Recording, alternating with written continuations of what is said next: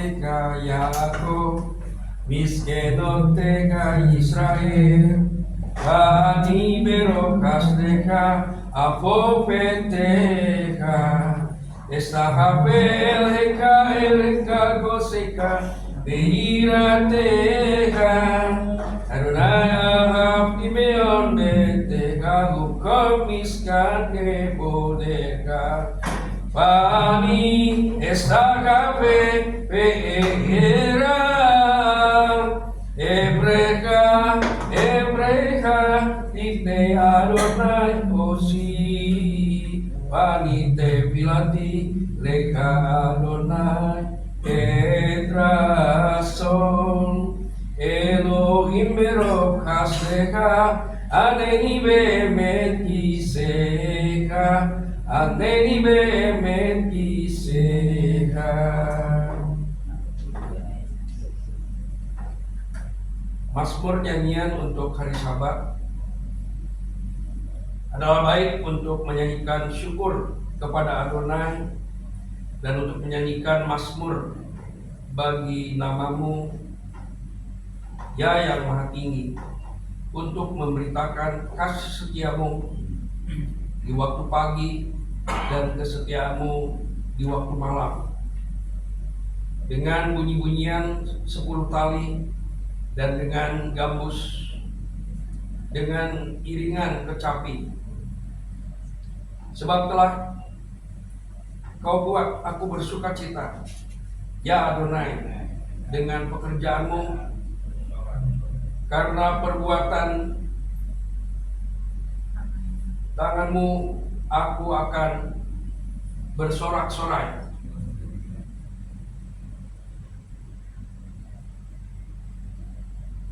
Betapa besarnya pekerjaan-pekerjaanmu ya Adonai, dan sangat dalamnya rancanganmu. Orang bodoh tidak akan mengetahui dan orang bebal tidak akan mengerti hal itu. Apabila orang fasik bertunas seperti tumbuh-tumbuhan, dan orang-orang yang melakukan kejahatan berkembang, ialah supaya mereka dipunahkan untuk selama-lamanya. Tetapi engkau di tempat yang tinggi untuk selama-lamanya ya Adonai. Sebab sesungguhnya musuhmu ya Adonai, sebab sesungguhnya musuhmu akan binasa. Semua orang yang melakukan kejahatan akan dicerai-beraikan. Tetapi kau tinggikan tandukku seperti tanduk banteng, aku dituangi dengan minyak baru. Mataku memandang seterukku, telingaku mendengar perihal orang-orang jahat yang bangkit melawan aku. Orang benar akan bertunas seperti pohon korma, akan tumbuh subur seperti pohon aras di Libanon. Mereka yang ditanam di Beit Adonai akan bertunas di pelataran Elohim kita. Pada masa tua pun mereka masih berbuah, menjadi gemuk dan segar, untuk memberitakan bahwa Adonai itu benar, bahwa ia gunung batuku dan tidak ada kecurangan padanya.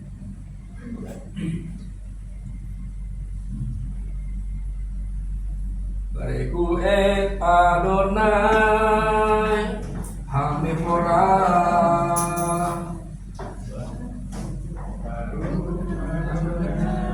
Hamefora Leolam Sma Israel Adonai Eloheinu Adonai Echad Baruch Shemeono Malkuto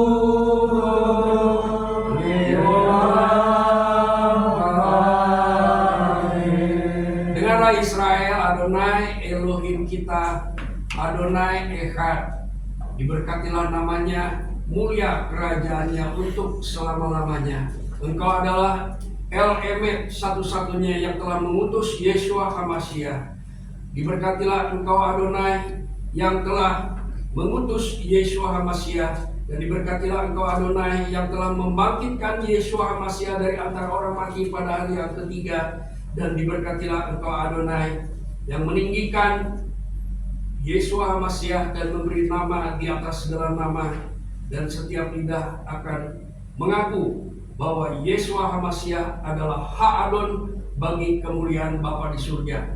Ve'afta Adonai Eloheka V'kol nefashka Uvkol nafseka Uvkol yodecha Ve'hayu Hadebarim ha'ele Asher Anoki Misafeka Hayom Alef Vafeka Ve'sinamta lefanecha Ve'dibarta Ba'am Besifteka, bebeteka, uferenteka, baderek, usabeka, ufkumeha, usabtam leot, aliyadeha, pihayu letutafo, beneneha, uftaftam, amesuson beteka, ufisareha, lemagis keru, biasiftem, ekol mismotai, Eitem kedosim lelupetem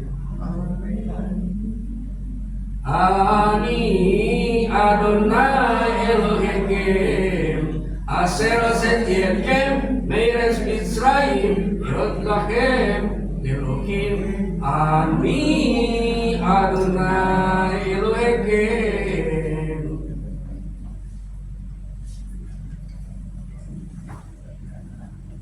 Kami undang anak-anak yang mendengarkan dan anak-anak yang ada di rumah disebutkan namanya dalam doa. Kita berharap Tuhan menjamah mereka dan mengaruniakan segala yang baik, mengaruniakan hikmat, pengertian dan pengetahuan yang benar dalam terang Roh Kudus-Nya yang baik. Sika Elohim Efraim beki Manasye, kiranya Elohim menjadikan engkau seperti Efraim dan Manasye. Engkau akan merupakan masa lalu yang tidak menyenangkan dan akan tetap berbuah sekalipun Tuhan tidak mendukung, karena buah-buahmu berasal dari Bapa Surgawi.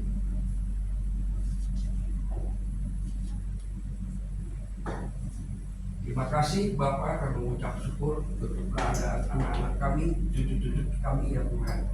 Kami mengucap berkat atas mereka dengan berharap penuh Engkau menjamah dengan kuasa-Mu.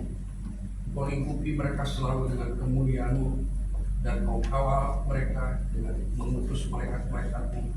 Manapun mereka melangkah, apapun yang mereka lakukan, biarlah kiranya ada di dalam terang-Mu. Berkat-Mu memenuhi kehidupan mereka ya Tuhan, dari sekarang sampai ke masa depan mereka. Segala kerinduan dan doa-doa mereka yang sempat mereka ungkapkan dalam kata-kata maupun yang tersimpan dalam pikiran dan hati mereka, kiranya sampai ke tempat kediaman-Mu di sorga ya Tuhan, dan Engkau memberkati mereka dengan segala yang baik, dan kami mengucap syukur untuk mereka di dalam nama Hamashiach Yeshua Adonai Adon Hasabat. Amin.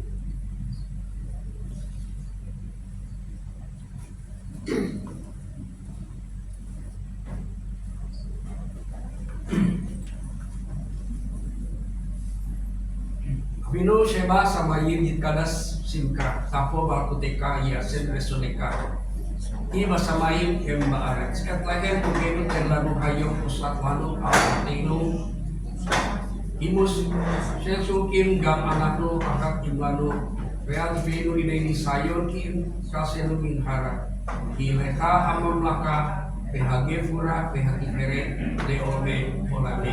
Amin.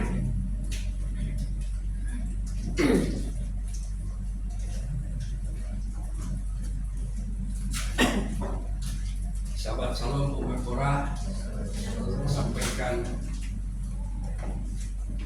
selamat bertemu di dalam terang Adonai ya. Lama nggak berkumpul seperti ini ya. Dan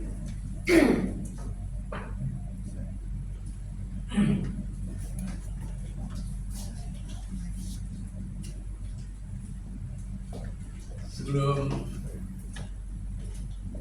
masuk di dalam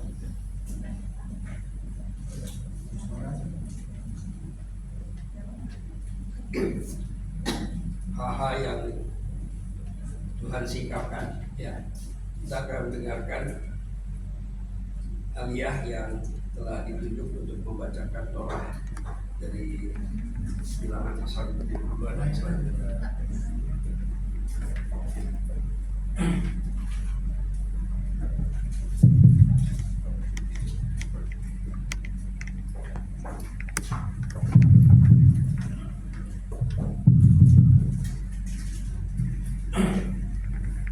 Bilangan Bilangan 22 ayat 2 sampai dengan 12. Balak memanggil Bileam, dan berangkatlah Bani Israel dan berkemah di dataran Moab di seberang Yordan Yeriko. Balak anak Sipor melihat semua yang orang Israel berbuat kepada orang-orang Amori, dan orang Moab takut di hadapan bangsa itu karena mereka banyak. Maka orang Moab menjadi tertekan di hadapan Bani Israel. Dan berkatalah orang Moab kepada tua-tua Midian, sekarang jemaat ini melahap habis semua yang ada di sekeliling kita, seperti seekor lembu yang melahap habis rumput di padang. Dan Balak anak Sipor ialah raja Moab pada saat itu. Dan raja ini mengirimkan utusan kepada Bileam anak Beor di Petor yang ada di tepi sungai negeri Bani bangsanya, untuk memanggil dia kepadanya dengan mengatakan, lihatlah, suatu bangsa telah keluar dari Mesir. Lihatlah, bangsa ini telah menutupi permukaan bumi, dan dia tinggal di hadapanku. Dan sekarang aku mohon, datanglah, kutuklah bangsa itu bagiku, karena dia lebih kuat daripada aku. Mungkin aku dapat mengalahkannya dan menghalangnya keluar dari negeriku. Karena aku mengetahui siapa yang engkau berkati akan diberkati, dan siapa yang engkau kutuk akan terkutuk. Dan tua-tua Moab serta tua-tua Midian pergi dan upah ramalan di tangan mereka. Dan mereka datang kepada Bileam dan mengatakan kepadanya kata-kata Balak. Dan berkatalah dia kepada mereka, tinggallah di sini pada malam ini, dan aku akan membawa kembali perkataan seperti yang Adonai katakan kepadaku. Dan pada pemuka Moab tinggal dengan Bileam. Dan Elohim datang kepada Bileam dan berkata, siapa orang-orang bersamamu ini? Dan Bileam berkata kepada Elohim, Balak anak Sipor, raja Moab, mengirim utusan kepadaku. Lihatlah, aku bangsa yang keluar dari Mesir, dan mereka menutupi permukaan bumi. Datang sekarang, serapalah mereka bagiku. Semoga aku mampu untuk berperang dengan mereka dan menghalau mereka. Dan berfirmanlah Elohim kepada Bileam, jangan engkau pergi bersama mereka, dan janganlah engkau mengutuk bangsa itu, karena mereka diberkati. Amin. Diberkatilah Bapak John Marwanaya yang telah memenuhi panggilan sebagai aliyah, telah membacakan Torah bagi kita sekalian bagi kemuliaan Bapa di surga. Eskai nama kasih Betom keha mehusa tera keha darkei noam mekometi boteha saron hasibeo Adonai ereha benasupa kades Yamenu Kades Yamenu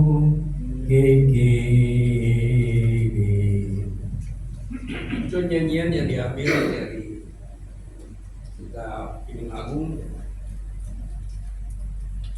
pada setiap firman Tuhan setelah dibacakan. Parasa hari ini parasa yang diberi judul Balak ya. Tadi saya sudah share sedikit di WA siapa Balak ya. Bisa kita lihat banyak tentang siapa Balak itu ya. Dan tentu saja apabila parasa Balak ini dibahas, maka itu akan sangat berkaitan dengan Bileam ya. Beberapa tahun yang lalu saya bertemu dengan seorang rabi ya, dan rabi itu meminta saya untuk menemui dia di halaman parkir ya, rumah sakit yang ada di Bekasi. Saya tidak pernah menduga ada seorang rabi meminta saya bertemu ya. Lalu karena rabi itu tidak boleh melihat jenazah, karena waktu itu saya sedang melayani penghiburan di rumah duka. Jadi dia minta saya menemui beliau di tempat parkir.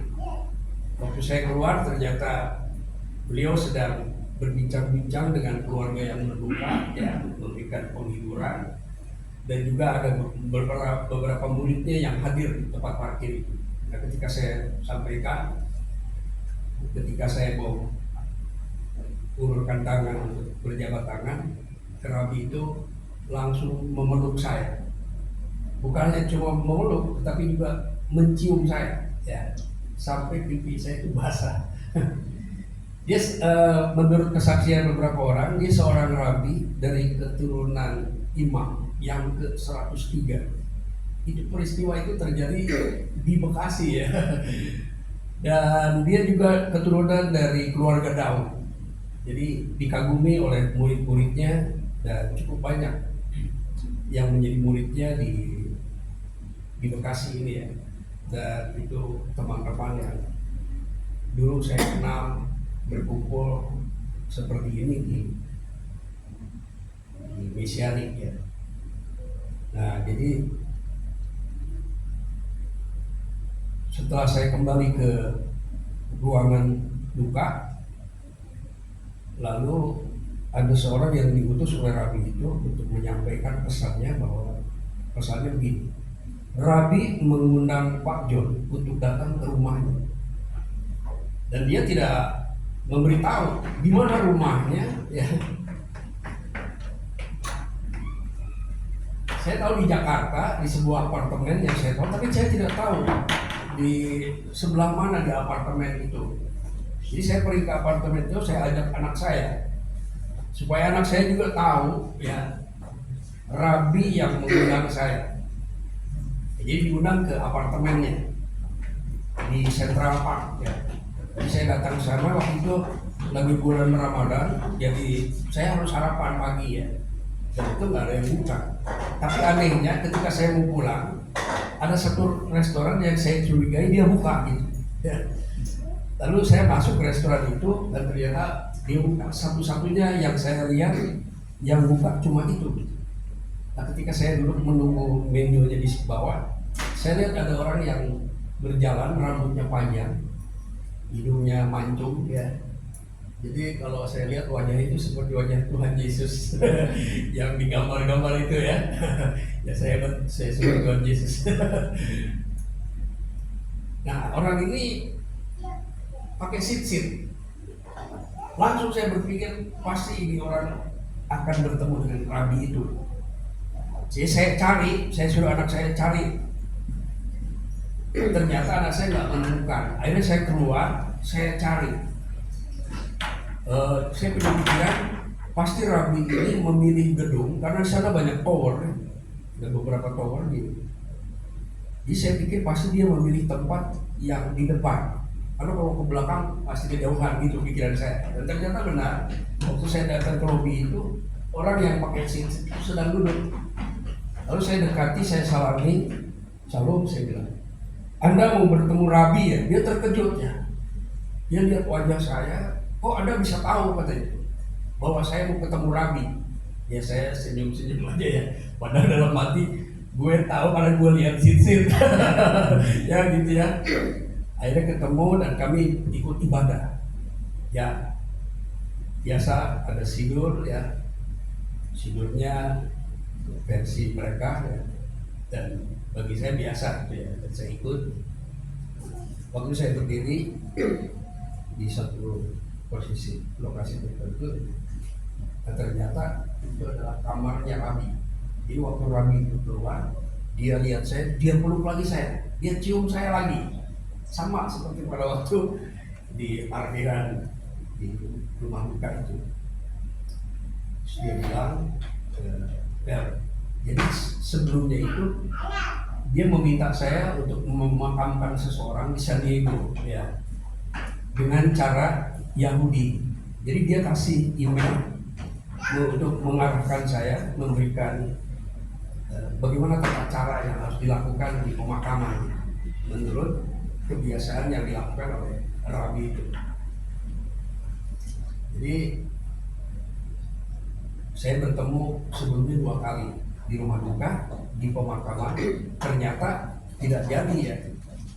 Pemakaman itu akhirnya dilaksanakan oleh Rabi itu, sehingga saya tahu persis bagaimana Rabi itu melaksanakan pelayanan pemakaman. Ya, saya bisa belajar.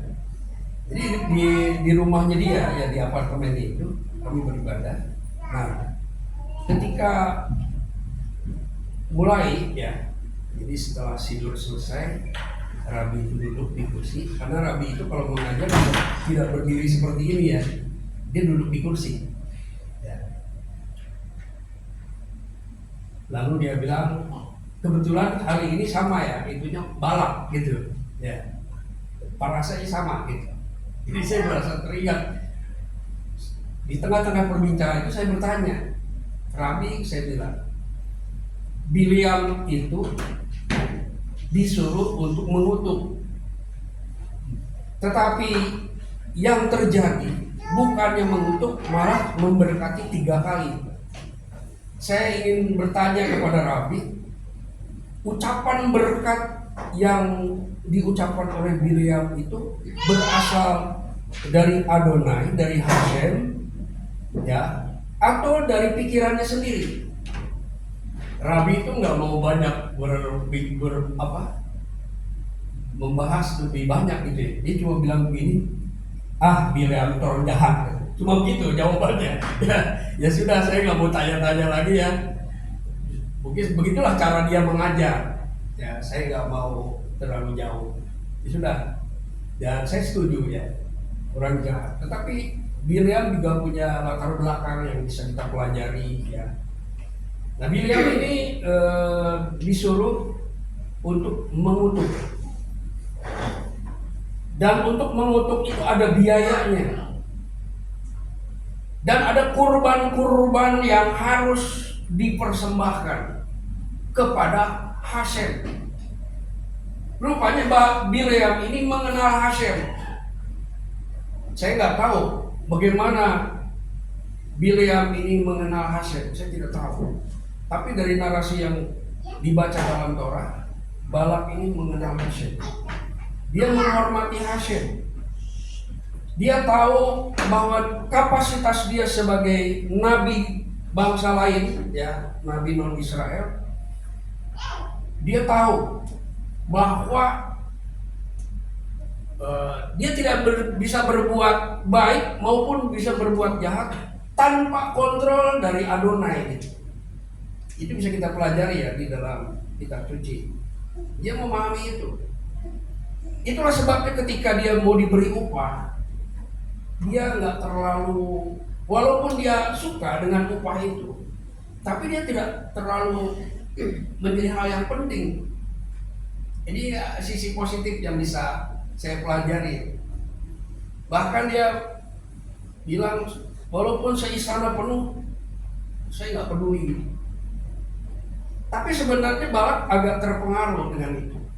Buktinya apa? Buktinya dia pergi. Ya. Ketika diminta untuk bekerja sama dengan Balak, ya, dia pergi. Di sini saya melihat kadang-kadang dia mengikuti hati nuraninya, kadang-kadang dia mengikuti keinginan orang lain gitu. Apakah dia dipengaruhi oleh upah yang dijanjikan, atau mungkin ada alasan-alasan tersembunyi lainnya? Saya lihat begitu dalam ceritanya. Sampai akhirnya dia memberkati. Nah, ketika dia memberkati, ada kalimat yang dia ucapkan dan narasinya dipakai untuk ibadah orang Yahudi sampai hari ini. Matohu ohale ka Yakob miskinot ka Israel. Itu ucapan dari Balak. itu bukan dari orang Yahudi. Ya.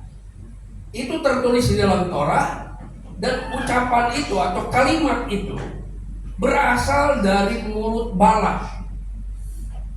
Dan narasi itu diungkapkan dalam roh Elohim. Rupanya Bileam ini mengucapkan berkat dalam kontrol roh Elohim. Karena di dalam cerita itu ada kata begitu, maka hinggaplah roh Elohim. Jadi ketika dia memberkati di dalam kontrol Elohim. Nah, demikian juga kita sebagai orang-orang beriman, ketika kita mengucapkan shalom, memberkati orang, shalom alaichem, artinya kita mengucap berkat shalom kepada orang lain. Itu ada roh yang turut bekerja dalam ucapan salam itu.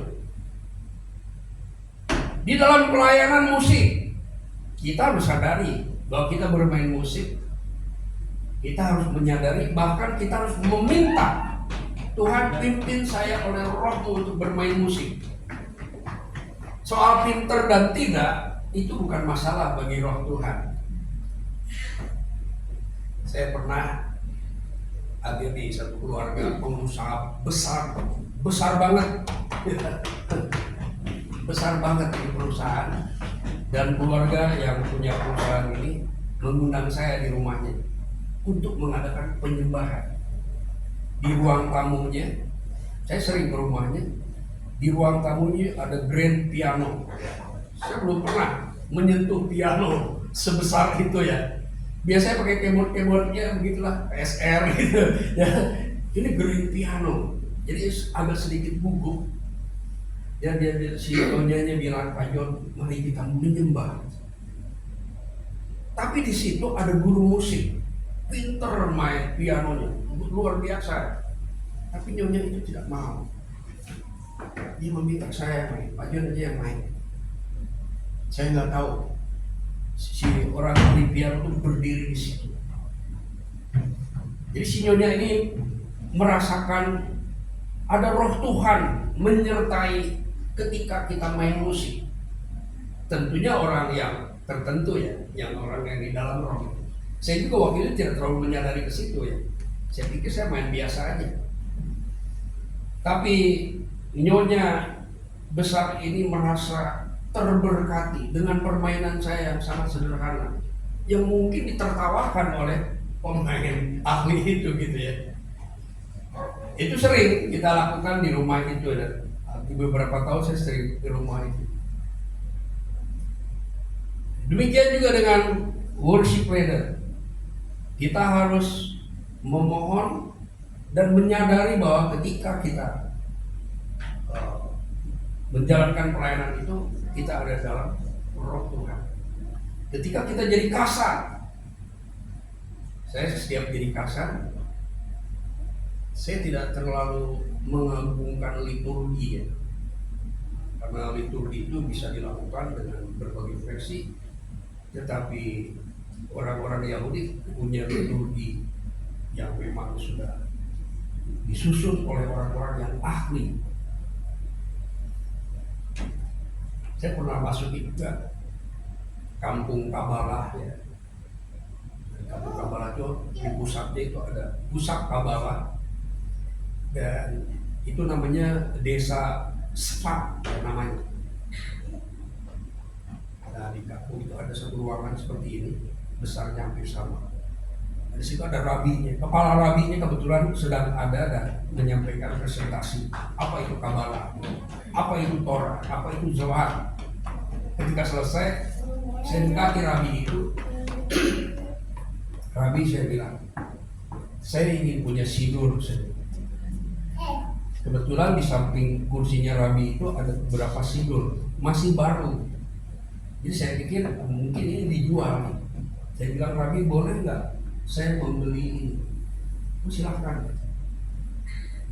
Berapa dolar Rabi? $20. Saya nggak pernah pikirkan. Itu dalam bahasa Ibrani ya, dan bagus kan. Belum pernah saya melihat sidur yang bagus seperti itu dan kecil dan ada hiasan. Bagaimanapun sidur itu dilakukan tanpa penyertaan dan pengurapan dan kuasa Roh Kudus, maka sidur itu juga adalah sidur yang mati. Jadi kita demikian juga pelayanan pemberitaan firman. Saya selalu meminta ya, saya selalu berusaha menyadari dan kadang-kadang menunggu apa yang harus dikatakan itu. Saya belajar lama, sejak saya umur 21, saya sudah mengerti itu. Bahkan sejak umur saya 11 tahun saya sudah mengerti tentang peranan Roh Kudus di dalam pelayanan jemaat sejak umur saya 11 tahun. Karena saya mengikuti Bible Camp tentang gerakan karismatik itu tahun 73, itu di Biara. Jadi gerakan karismatik yang saya tahu sejak tahun 73 itu dimulai dari Biara di Kota Lembang, Bandung. Nah, jadi peranan Roh Kudus ini harus menjadi perhatian utama. Kita harus minta, kita harus mohon. Nah, dari pelayanan Bileam ini, walaupun dia diganggu dengan intimidasi dari Raja Moab, ya, Moab itu keturunan Lot, hasil incest, ya.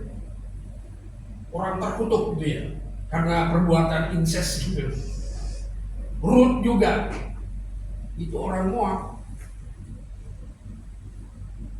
Tetapi Ruth ketika menyesuaikan diri, ya, dengan kehidupan iman Naomi, maka Ruth menjadi bagian dari Israel. Dan namanya tertulis di dalam kitab Matius, dalam silsilah. Nah, jadi Bileam ini mendapatkan tugas dengan disertai intimidasi. Karena Balak ini mengirim para utusan. Yang pertama dia tolak. Yang kedua, raja itu melakukan intimidasi yang lebih besar lagi, ya, lebih berpengaruh lagi, dengan upah yang lebih besar lagi. Jadi Bileam ini seperti bandul, kadang-kadang dalam roh, kadang-kadang tidak. Sebelumnya memang dia tidak dikuasai oleh Roh Kudus, ya, tidak dikuasai oleh Roh Elohim, tidak. Tapi setidaknya ada hati nurani dia yang kadang-kadang ingin benar, kadang-kadang terpengaruh oleh intimidasi dan janji iming-iming lah, ya, kasih upah yang besar. Nah, dalam kehidupan saya juga pernah mengalami itu sebagai hamba Tuhan. Saya ingin tulus dan murni, tapi ada gangguan-gangguan yang begitu halus tetapi sangat berbahaya. Dan yang paling bisa mempengaruhi itu uang. Saya pernah berkunjung satu tempat money changer itu beberapa tahun yang lalu, dan lihat di lantai 2, karena ada 3 lantai 3, ya, ada ruangan sebesar ini dan dipenuhi dengan komputer. Hampir setiap meja, satu meja itu satu komputer besar-besar gitu. Ternyata itu tempat judi. Lalu yang punyanya, nyonya itu bilang begini, Pak John, saya sudah tidak mau melakukan ini lagi. Mungkin dia menyadari bahwa itu dosa. Jadi saya akan hentikan, Pak John. Jadi bagaimana kalau kita buka pelayanan dan dia menjanjikan biaya yang sangat besar untuk membuka pelayanan di Jakarta. Pak John pilih gedung di mana? Nanti kami akan siapkan. Jadi dia berhenti judi, lalu dia mungkin bertobat, saya tidak tahu, ya. Dia ketika ketemu saya, dia mungkin terdorong untuk melakukan sesuatu untuk Tuhan menurut versi dia. Dan dia bilang gini, Pak John, pelayanan cuan loh Pak John, katanya. Temen saya aja baru 4 bulan, 6 bulan, udah punya BMW Pak John. Jadi kita bikin pelayanan. Apapun yang diperlukan saya akan peduli Pak Jon. Itu saya tanya, Bu, tugas saya apa? Anda cuma punya satu tugas, mengundang hamba Tuhan yang hebat-hebat di Jakarta ini. Saya dengar begitu, wah saya ini mau dinobatkan jadi Bileam sama dia. Saya tahu banget gitu ya, hamba Tuhan kalau dapetin tawaran-tawaran begitu. Sebelum ada GBI Giant, itu pernah ada seorang pengusaha yang datang ke gereja saya. Pak Jon ini pinter, dia bilang. Saya nggak tahu ya kenapa dia bilang pinter. Tapi saya, kenapa Pak Jon melayani di tempat seperti ini? Jadi saya ingin ajak Pak Jon untuk sewa itu hypermall. Berapapun ruangan yang kita perlukan, saya siapkan. Itu sebelum ada GBI di hypermall ya, tahun berapa tuh? Pokoknya setelah krisis moneter tuh, nggak jauh lah, tahun 2000-an lah kira-kira gitu.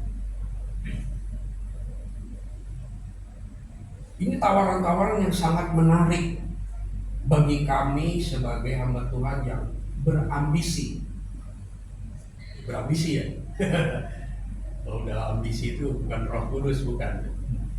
Hati-hati dengan ambisi. Tawarkan. Itu pengusaha besar. Besar banget. Besar banget itu yang menawarkan itu. Saya bilang begini, Ibu, dengan segala hormat saya bilang, kalau Ibu mau membantu saya, bantu saja di sini. Jangan bawa saya ke sana saja. Nah, konsistensi seperti itu tidak mudah. Kadang-kadang kita agak goyang. Miliaran yang tersedia itu miliaran. Saya tidak pernah melihat uang 1 miliar, belum pernah. 100 juta pun belum pernah saya. Sampai hari ini sering tawarkan yang begitu-begitu. Saya selalu mengikuti hati nurani minimal. Dan saya sadar hati nurani saya dilingkupi oleh Roh Elohim.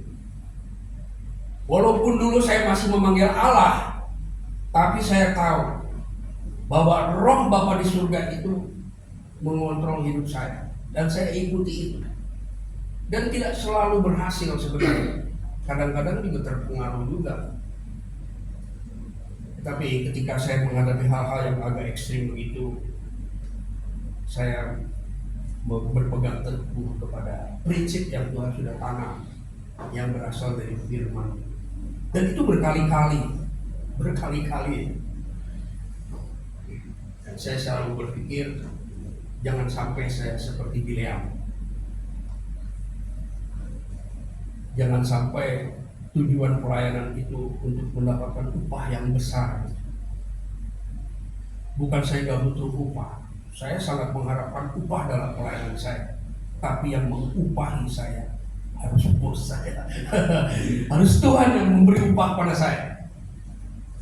Abraham pernah mengalami hal seperti itu. Dan banyak hamba Tuhan di dalam kitab suci menghadapi hal-hal seperti itu. Dan itu biasa. Nah, dengan upah yang sangat besar, Balak ini ingin memanfaatkan Bileam ini untuk menggunakan kapasitasnya, melemahkan Israel. Dan Balak tahu Israel bukan kelompok biasa. Balak sering berperang. Dia bisa menjadi Raja Moab itu dengan gerakan politik yang luar biasa. Bisa dicari di internet. Bagaimana cara Balak itu mencapai posisi sebagai raja di Moab. Upah yang besar ini dengan harapan bisa mempengaruhi dan memanfaatkan kapasitas Bileam untuk melemahkan. Tidak ada cara lain untuk mengalahkan Israel adalah dengan cara membuat Israel lemah. Karena Israel itu kuat.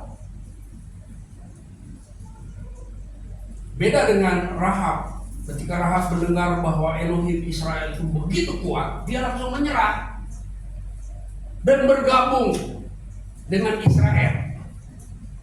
Tapi Balak tidak. Dia masih punya ambisi untuk bisa mengungguli Israel, bila perlu memusnahkannya atau menaklukkannya. Nah, dia gunakan segala kekuatannya dia sebagai kerajaan, dia sebagai raja, untuk memanfaatkan kapasitas yang ada di dalam Bileam, dan itu bersifat natural, ya, bersifat negatif. Tapi Balak tahu potensi itu ada. Tetapi Bileam juga memahami, ya, bagaimana pergerakan, dinamika, dan kekuatan yang menyertai Israel itu Bileam juga tahu. Mungkin juga Bileam tahu bahwa Israel adalah suatu bangsa yang telah diberkati oleh Elohim, oleh Elohimnya. Jadi atas dasar pertimbangan seperti itu, di situ dia. Kita langsung kepada apa yang diucapkan, ucapan berkat. Artinya ancaman untuk melemahkan Israel itu diubah menjadi kekuatan dan juga sekaligus pengharapan yang besar tentang masa depan. Itu bisa kita lihat dalam narasi yang diucapkan oleh Bileam. Dan itu Bileam juga melakukan itu bukan dengan cara biasa. Dia harus naik ke atas gunung, ya, dia harus mempersembahkan kurban, bahkan ada 7 mezbah. Dan kurban yang ditaruh di atas itu ada lembu. Rupanya Bileam ini tahu bagaimana membujuk Elohim dengan kurban-kurban itu. Barangkali gitu, ya, Elohim Israel itu berkenan kepada upaya itu. Jadi Bileam ini lihat aja seperti itu. Maka dari pemahaman itu saya mulai mengerti apa yang dikatakan oleh Rabi. Bileam itu orang jahat. Jadi kebimbangan, ya, ke kiri dan ke kanan itu dianggap sebagai kejahatan oleh Rabi itu, ya. Jadi begitulah akhirnya saya menyimpulkan. Ada narasi yang menarik di dalam berkat Bileam itu, ya. Bisa dilihat dari Bilangan 24. Kita langsung saja isi dari berkatnya. Di ayat yang kedua, ketika Bileam memandang ke depan dan melihat orang Israel berkemah menurut suku mereka, suatu formasi yang kuat, yang teratur, itu nggak dianggap enteng oleh Bileam. Nah, ketika dia lihat seperti itu, maka ada ya Adonai, di sini tulisnya Roh Elohim menghinggapi dia. Kalau di ajaran Pantekosta, untuk dihinggapi Roh Kudus itu harus pindah ke gereja Pantekosta, harus dibaptis, ya, baptisnya harus seram. Itulah. Saya ini dibaptis 3 kali. Saya orang Protestan. Waktu saya mengenal karismatik, saya cari gereja yang membaptis selam, ada di Petamburan. Bukan, di Jalan Gadang, Tanjung Priok. Itu pendeta top di gereja Pantekosta. Sampai sekarang gerejanya masih ada. Dan orangnya terkenal dan pernah menduduki parlemen Indonesia, pendetanya. Saya dibaptis itu tahun 74. Tapi tidak ada pertobatan, ya. Setelah saya bertobat tahun 10 tahun kemudian, saya mendatangi gereja Betel, saya dibaptis. Dan saya selalu berharap saya dipenuhi dengan Roh Kudus. Saya ingin mengalami pengalaman-pengalaman bersama dengan Roh Kudus. Saya berdialog dengan Roh Kudus. Saya berusaha seperti itu. Kadang-kadang berhasil, kadang-kadang juga tidak, ya. Kadang-kadang hidup dalam roh, kadang-kadang juga tidak. Jadi selama seperti itu, saya pikir jangan-jangan ini saya jenis Bileam gitu ya. Kadang-kadang ke kiri, kadang-kadang ke kanan, kayak bandel gitu. Kadang-kadang dalam roh, kadang-kadang dalam daging gitu. Dan itulah keadaan manusia memang gitu. Paulus pun pernah mengalami hal itu. Bisa kita baca dari Roma 6 sampai 8 itu bagaimana peranan Roh Kudus dalam kehidupan orang percaya ya. Di ayat 5 itu matofu ya, bilangan 24 ayat 5 itu adalah matofu. Alangkah indahnya kemah-kemahmu. Jadi ada semacam pemujaan kepada hasil karya Elohim atas Israel. Dia sangat bangga dengan Israel. Dilihat dari ungkapan ini. Di ayat 7, rajanya akan naik. Waktu itu Israel belum punya raja. Masih dipimpin oleh imamat rajani atau keimaman. Sistem keimaman yang mengontrol mereka, bukan kerajaan, ya, belum ada. Dan pada waktu Bileam menghadapi Israel itu, ketika Israel mau masuk ke Kanaan, jadi belum ada raja, ya, dipimpin oleh Yosua, ya. Lalu dia mengakui bahwa sekali waktu akan ada raja. Raja yang diurapi itu disebut Hamashiah. Ya. Jadi Hamashiah itu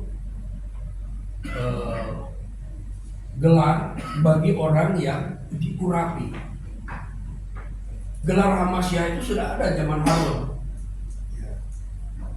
Jadi makanya Harun disebut Kohen Hamashiah, ya, Imam Mesias. Jadi yang pertama menerima gelar Mesias itu adalah Imam Harun.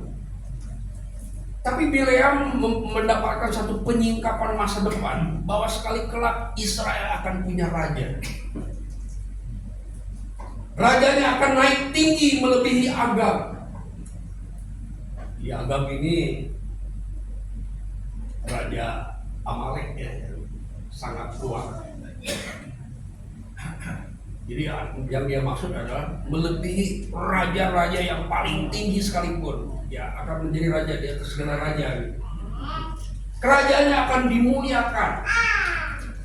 Jadi Bileam ini ketika di dalam roh, dia mengucapkan satu visi, ya, satu masa depan Israel diucapkan, dan itu akan benar-benar terjadi karena berada di bawah pengurapan roh Elohim. El yang membawa mereka keluar dari Mesir, nah ini berbicara tentang bapaknya raja, ya, di ayat 8 ini. Bileam berbicara tentang bapaknya raja. El yang dalam bahasa Ibrani gitu ya, El yang membawa mereka keluar dari Mesir adalah bagi mereka seperti tanduk kekuatan lembu hutan. Bangsa-bangsa yang menjadi lawannya akan ditelannya habis dan tulang-tulang mereka akan dihancurkan. Dan selanjutnya, jadi Bileam melihat bukan hanya sekumpulan Israel, tapi dia melihat Mesiasnya juga, ya. Dalam penglihatan rohaninya itu ada kekuatan mesianik di dalam perhimpunan atau Kahal Adonai, ya, dalam bahasa ini Kahal Adonai. Di dalam Kahal Adonai itu ada Mesias, Raja, dan Mesias yang ada di tengah-tengah Israel itu ada El yang membebaskan mereka. Nah, El ini ya, atau yang diucapkan di pasal 8 ini, itulah yang diucapkan oleh Yesua di dalam Yohanes 17. Engkaulah El Emet satu-satunya yang telah mengutus Yesua Hamashiach. Kalau di dalam terjemahan Bible Society itu dikatakannya, engkaulah satu-satunya Elohei Ha-Emet, itu bapaknya Yesua. Jadi Yohanes 17 itu adalah Yesua berdoa kepada El Emet, kepada bapaknya. Itu Bileam bisa melihat sampai ke zaman itu satu manifestasi di masa depan Israel. Kelihatannya dulu waktu saya membaca ini seperti narasi biasa gitu.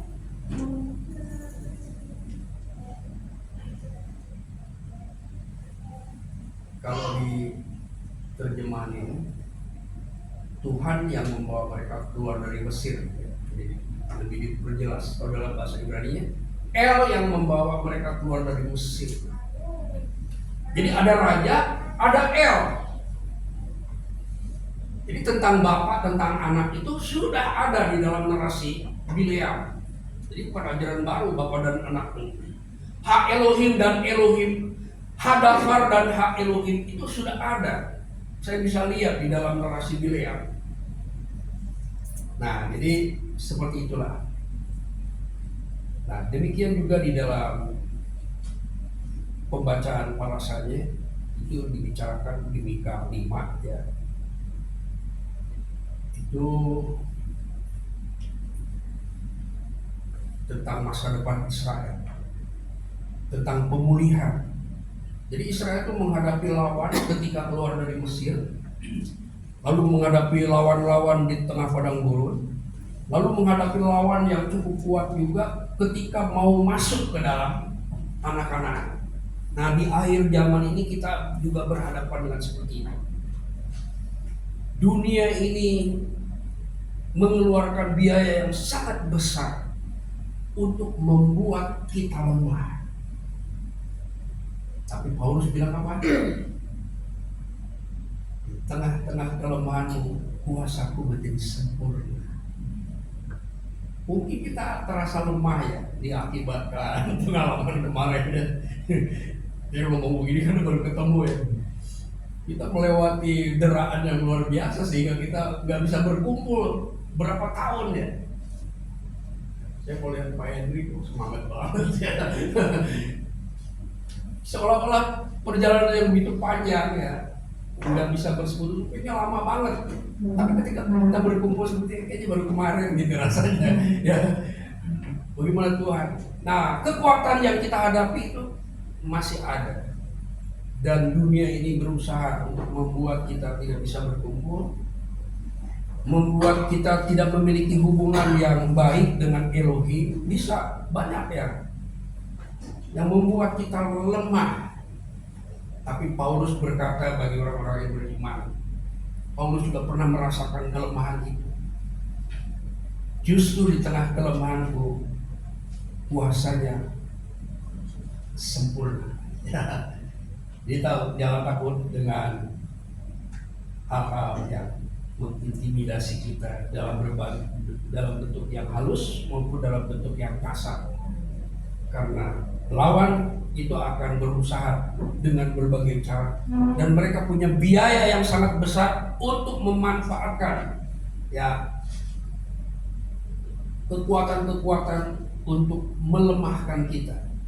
Tetapi di tengah-tengah umat ini ada Elohim yang dahsyat. Jadi bagaimanapun perjalanan kita harus selalu menyadari itu. Nah, parasa ini juga dikaitkan dengan Matius berapa? 21 ya.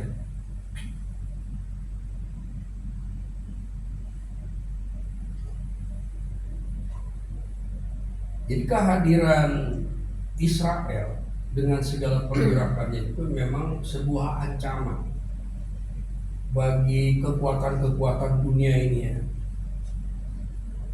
Kehadiran dan dinamika yang ada di tengah-tengah orang percaya ini dianggap sebagai ancaman dan lawan ini akan berusaha untuk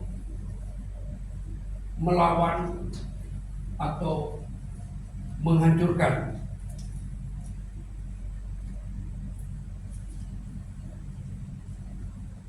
Nah, apa yang dilihat oleh Bileam ketika dia mengucapkan berkat? Saya nggak tahu ya bagaimana Bileam itu menarasikan, tetapi kitab suci mengatakan bahwa Adonai menaruh perkataan-perkataan dalam lidah Bileam. Sebelumnya cerita itu menunjukkan bahwa ada satu kekuatan yang membuat keledai itu bisa bicara. Kalau keledai saja bisa bicara, apalagi Bileam gitu. Ya, Tuhan membuat keledai itu bisa bicara. Musa juga pernah menganggap bahwa dia tidak punya kapasitas dan punya kekuatan untuk bicara menghadapi kekuatan Firaun yang besar. Aku tidak petah lidah katanya. Lalu Hasem menegur Musa, siapa yang menciptakan lidah?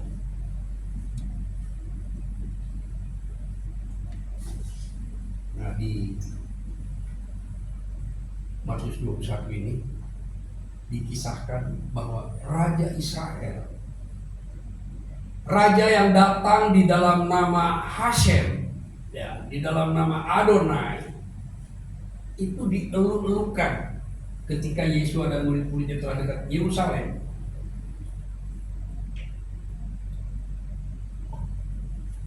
Yang terletak di bukit, tiba di Betfage yang terletak di bukit Zaitun, Yesua menyuruh 2 orang muridnya untuk mengambil keledai.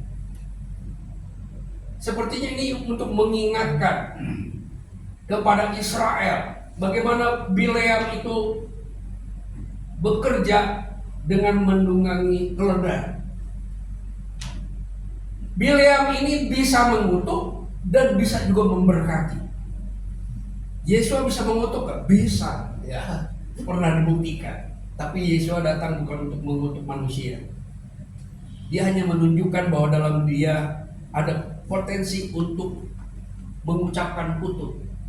Dia arahkan kepada pohon ara yang tidak berbuah. Itu menunjukkan bahwa Yesua punya kekuatan yang jauh lebih besar dari Bileam untuk mengutuk. Tapi Yesua tidak lakukan karena dia datang untuk menyelamatkan, bukan untuk mengutuk. Tapi bukan berarti kekuatan untuk mengutuk itu tidak ada padanya. Yesua tunjukkan, dia kutuk pohon ara. Alkitab mengatakan, maka pohon ara itu kering, dimulai dari akarnya.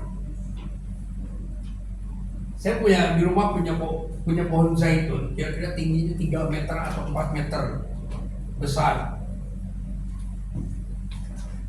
Tiba-tiba pohon itu kering gitu. Saya pikir mati. Ternyata tidak, ya. Ketika saya cabut, saya mau pakai kayunya gitu buat gantungan baju gitu ya. Pas saya bilang bagus buat hiasan kalau udah mati gitu. Ketika saya cabut ternyata tidak. Pohonnya itu sebenarnya masih hidup.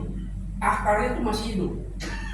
Jadi sering saya menemukan pohon itu kalau mati itu dari atas dulu, baru ke akar. Tapi ketika Yesua mengutuk, itu kematiannya dimulai dari akar pohon itu. Itu menunjukkan bahwa di dalam Yesua ada kuasa untuk mengutuk. Tetapi Yesua tidak menggunakan kuasa itu untuk mengutuk kita. Karena tugas yang harus dikerjakannya adalah untuk penyelamatan. Sedangkan Bileam diberi tugas, diberi otoritas, dan disiapkan upah hanya untuk mengutuk. Tetapi Bileam kemudian berkata di akhir narasinya, bagaimana mungkin aku mengutuk orang yang diurapinya? Bagaimana aku mengutuk orang yang sudah diberkatinya? Jadi potensi kenabian ini ada kuasa yang menyertai untuk mengutuk dan juga untuk memberkati. Tapi Yesua Adonino datang bukan untuk mengutuk. Padahal banyak alasan untuk dikutuk gitu ya. Karena Torah berkata, barang siapa taat, kamu akan diberkati. Kalau tidak taat, kamu kena kutuk. Artinya orang-orang yang pelanggar Torah ini sebetulnya layak untuk dikutuk gitu. Tetapi Elohei Israel sejak awal adalah untuk menyelamatkan. Dia mengutus putranya adalah untuk tujuan penyelamatan. Bukan tujuan untuk melemahkan, tapi untuk memulihkan. Di dalam kitab Zakaria ada satu narasi bilang begini, aku akan membuat Yehuda perkasa. Bahasa Ibrani itu gibarti. Aku akan gibarti Yehuda. Artinya apa?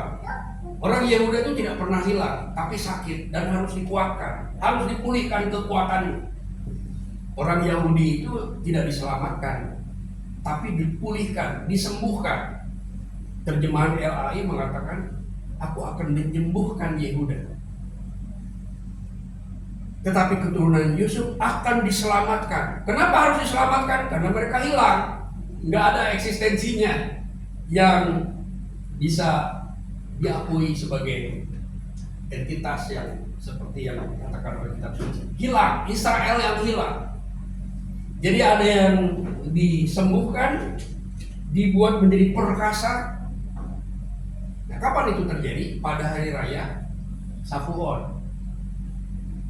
Orang-orang Yahudi yang percaya Yeshua ini menerima puasa, dipulihkan dari Yahudi-Yahudi yang lemah menjadi Yahudi yang kuat, yang mendemonstrasikan puasa, pergi kemana-mana, kecuali yang tidak percaya, dan membaptis sampai ribuan bahkan puluhan ribu. Waktu itu belum ada gereja, belum ada lembaga gereja, belum ada dogma-dogma yang berasal dari teologi. Tapi demonstrasi puasa itu sudah dinyatakan. Nah, Bileam melihat ke situ, ya, bahwa El yang membuat keluar dari Mesir, katanya, ya, itu menyertai orang Israel dan turun dengan kuasa yang menyertai. Dan sejak itulah manifestasi kuasa El itu dinyatakan kepada bangsa-bangsa dan sampai ke tengah-tengah kita.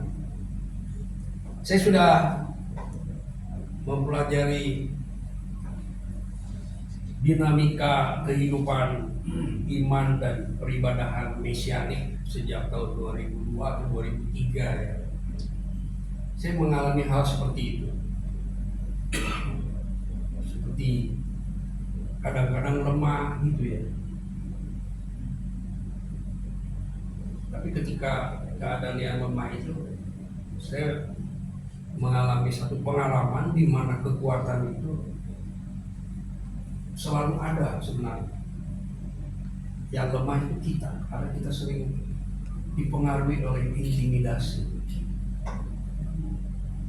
Intimidasi ini kadang-kadang tidak disadari. Seperti Israel waktu dia mau memasuki Kanaan. Mereka adalah satu kumpulan yang punya kuasa yang besar yang menyertai mereka. Tapi mereka sendiri sering menilai dirinya lemah gitu. Ada 12 pengintai yang dikirim, 10 diantaranya merasa dirinya lemah. Kita nggak bisa ke sana, katanya. Kita akan ditelan habis. Kita seperti belalang di depan mereka. Nah, itu intimidasi. Apalagi kalau kita diingatkan oleh kesalahan-kesalahan kita di masa lalu, itu menjadi intimidasi yang membuat kita lemah. Melihat keadaan-keadaan diri kita sering membuat kita jadi lemah. Waktu saya mulai bertobat, saya itu menggandrungi seorang hamba Tuhan, namanya Rev Maurice Cerulo. Itu terkenal di Jakarta, ya. Beliaulah yang mendorong untuk adakan pergerakan School of Ministry. Ada satu kalimat yang dia ucapkan ini, don't look to the bigness of your need, but look to the bigness of your God and His ability. Oh, saya sampai apa itu, ya. Padahal itu berapa belas tahun yang lalu itu saya terima kata-kata dia. Saya pernah diundang di kafe Sarina, diundang oleh seorang polisi dari New York. untuk bertemu di Sarinah karena dia ada rencana tertentu. Ya. Lalu dia kelihatan gelisah. Ya. Saya nggak bisa bahasa Inggris ya. Kalau ngobrol sama dia ya saya kira-kira aja gitu kan. Tapi ketika saya lihat dia resah, saya tulis di handphone saya. Lalu saya tunjukkan ini. Don't look to the bigness of your need, but look to the bigness of your God and His abilities. Dulu dia pandang saya, ya dia lihat muka saya gini-gini mas. Ketika makan, dia langsung bicara begini mas. Kamu orang mesianik, dia katanya. Saya kaget, dari mana dia tahu gitu ya? Saya tanya, dari mana kamu tahu? Karena di sampingnya ada temannya yang menerjemahkan. Dari mana kamu tahu saya orang mesianik? Saya bilang, bapakku juga orang mesianik katanya. Mantan istriku orang mesianik. Mereka lah yang memperkenalkan saya. Karena aku lihat dari ucapan-ucapanmu katanya, kamu orang mesianik. Lalu dia minta saya untuk pergi ke Amerika. Kamu tinggal di rumah saya.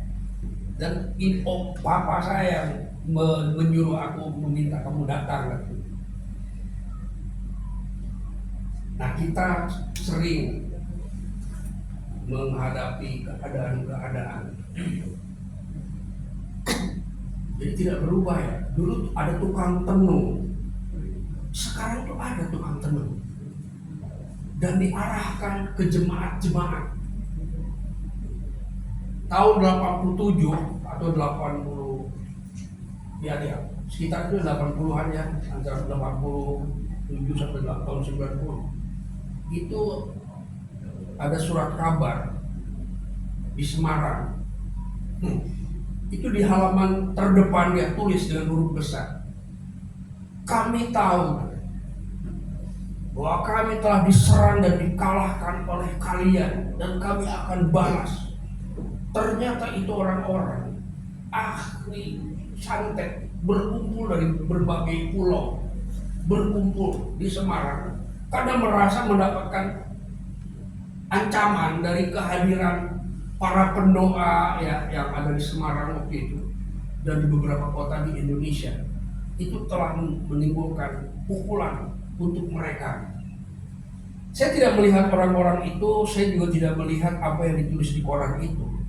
Tapi saya melihat ada spirit yang membuat kita dalam perjalanan bersama dengan Tuhan ini. Bukan hanya ada roh Tuhan yang menyertai kita, tapi juga ada roh lawan ya, atau Satan. Satan itu bahasa Ibrani artinya adversary ya, atau lawan.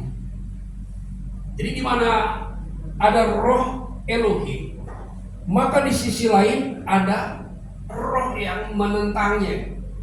Di mana ada kebenaran, di sini ada, jadi ada semacam simetrik ya. Ada dua, itu berjalan paralel. Kita harus selalu menyadari ya, seperti yang diceritakan dalam Biblian, ada kekuatan roh yang melawan kita, menyerang dan berusaha mengalahkan. Jadi kalau kita tidak hidup di dalam roh Elohim, pertama kita tidak tahu tentang situasi yang ada. Kita pikir kita hanya punya pengalaman-pengalaman yang natural aja gitu. Padahal ada pengalaman-pengalaman supranatural yang siap untuk menyerapah kita. Kalau istilah di Torah itu, Bileam disuruh menyerapah, dan itu agen-agennya ada. Dan saya tidak pernah berurusan dengan orang-orangnya, saya berurusan dengan roh yang menguasai mereka. Banyak kejadiannya. Saya itu suka ini, orang-orang suka menyerahkan jimat-jimat. Itu pernah saya diserahkan keris dari seorang mantan kepala preman di Tanah Abang. itu keris panjang, dan beberapa kerisnya diserahkan, itu seluruhnya hampir 6 kilo. Dan beberapa terjadi juga kayak di ruang ICU gitu, tiba-tiba diserahkan jimat-jimat itu. Dan lalu Tuhan bilang, kamu datang ke rumahnya. Jadi saya langsung dari ruang ICU cari rumah dan datang ke rumah. Dan ternyata di rumahnya itu, ini orang pakai tali. Dia dengan bangga orang dia tunjukkan sama saya, dia pakai tali sama saya. Itu jimat-jimatnya banyak. Waktu saya datang ke pintu itu ada mandau di situ, dan di ujung mandaunya itu ada rambut bekas mayat gitu. Itu kita bersihkan. Ini orang pakai tali. Ada orang-orang yang menyebut nama Tuhan, tapi hidup di dalam dikuasai oleh roh-roh jahat. Nah, saya diundang ke satu kota. Setelah sampai di rumahnya, saya melihat patung Maria besar. Kebetulan di tempat itu ada pendeta. Saya lihat patung gede banget, kepalanya hampir nyentuh atap ini. Saya lapor. Sebenarnya si pendeta itu tahu, tapi dia gak mau cerita sama saya. Ya nanti aja kamu lihat katanya. Ternyata setelah saya datang ke ruangan tidur si yang penunjuknya ini, benar ada patung dan di depan patung itu ada patung Maria. Nah, sebelum saya masuk ke ruangan itu ya, ketika sedang berdoa, saya melihat satu sosok dengan pakaiannya mirip Maria, tapi ini kabut gitu. Kabut, jadi saya nggak bisa kenali wajahnya. Lalu ada suara, itu bukan Maria, itu iblis. Jadi iblis juga bisa menyamar sebagai sosok Maria yang dimuliakan.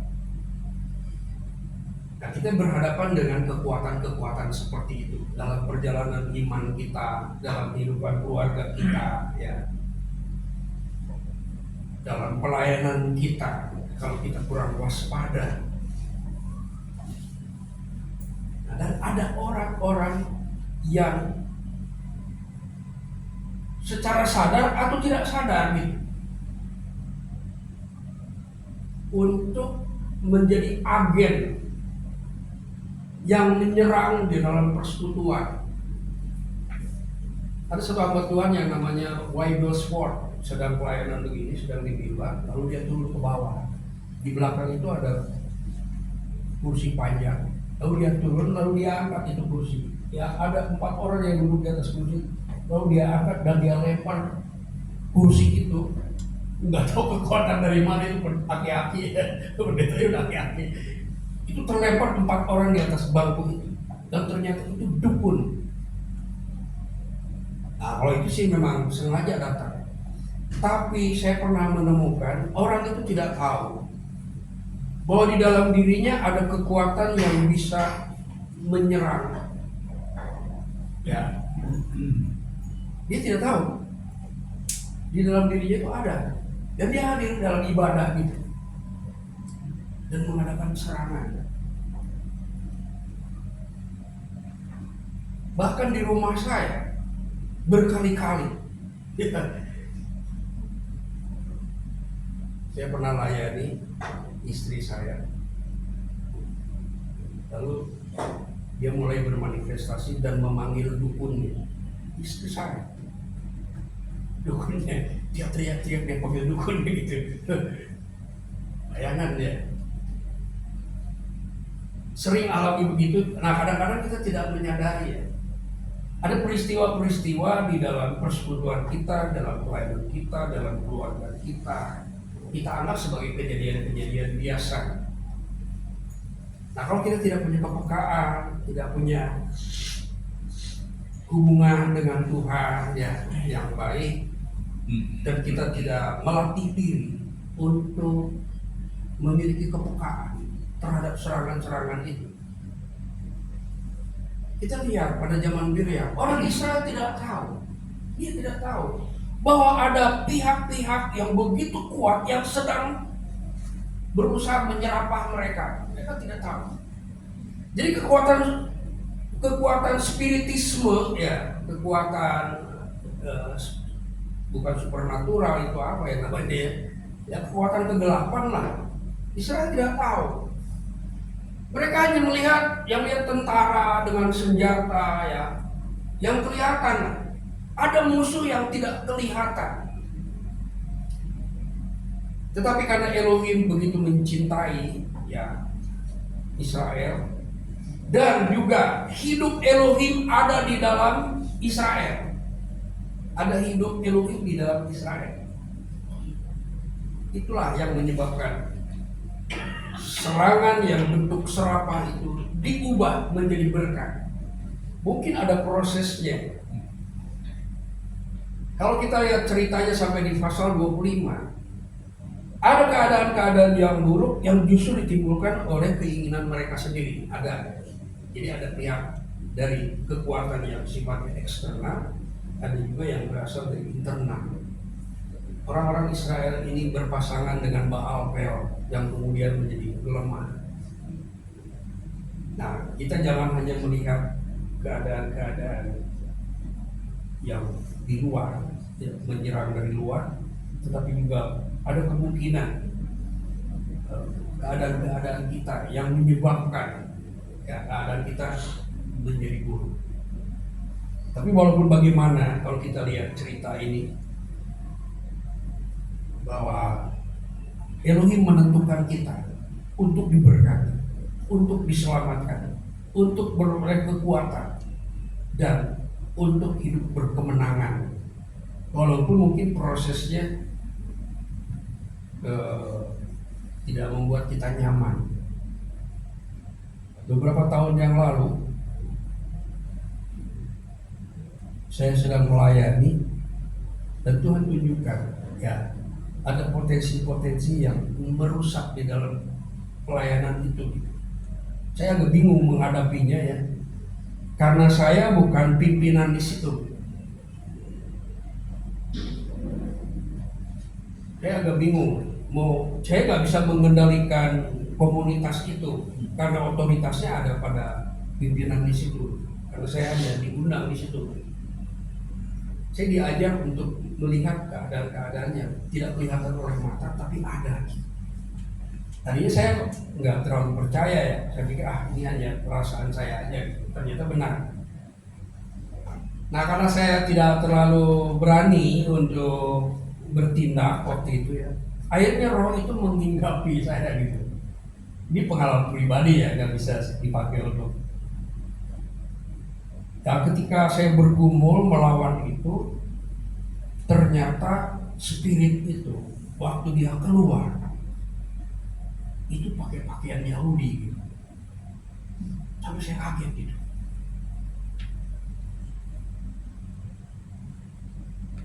Jadi kita menghadapi lawan-lawan ini, sering kita suka dihadapkan dengan Helenisme lah, apa gitu, ya. Yang dari Ibrani juga lebih berbahaya. Lebih berbahaya. Saya udah lihat gitu. Jadi jangan merasa kita gak akar Ibrani udah aman semuanya. Enggak, malah lebih berbahaya lagi. Saya gambarkan beruang itu cari makan yang paling enak itu dia pergi ke tempat yang jernih. Di tempat yang lebih jernih, di sana banyak salmon, kegemaran beruang. Nah, kita juga sedang bergerak ke arah yang murni, kepada yang lebih jernih. Nah, di tempat yang jernih itu bahaya itu pasti ada. Potensi bahaya itu ada. Itu sebabnya kita perlu doa-doa, ya. Ini perlu juga puasa. Jadi bukan hanya kita menjalankan kegiatan ibadah aja, ya, menjalankan. Tapi kekuatan-kekuatan yang tidak kelihatan oleh mata itu kita juga harus selalu sadari. Rabi Saul pernah bilang, peperangan kita bukan peperangan dengan daging dan darah, tapi melawan roh-roh jahat, dan itu aktif di tengah-tengah komunitas kita. Saya pernah pelayanan, ya, mendapatkan serangan, dan orang yang dipakai itu pakai tali,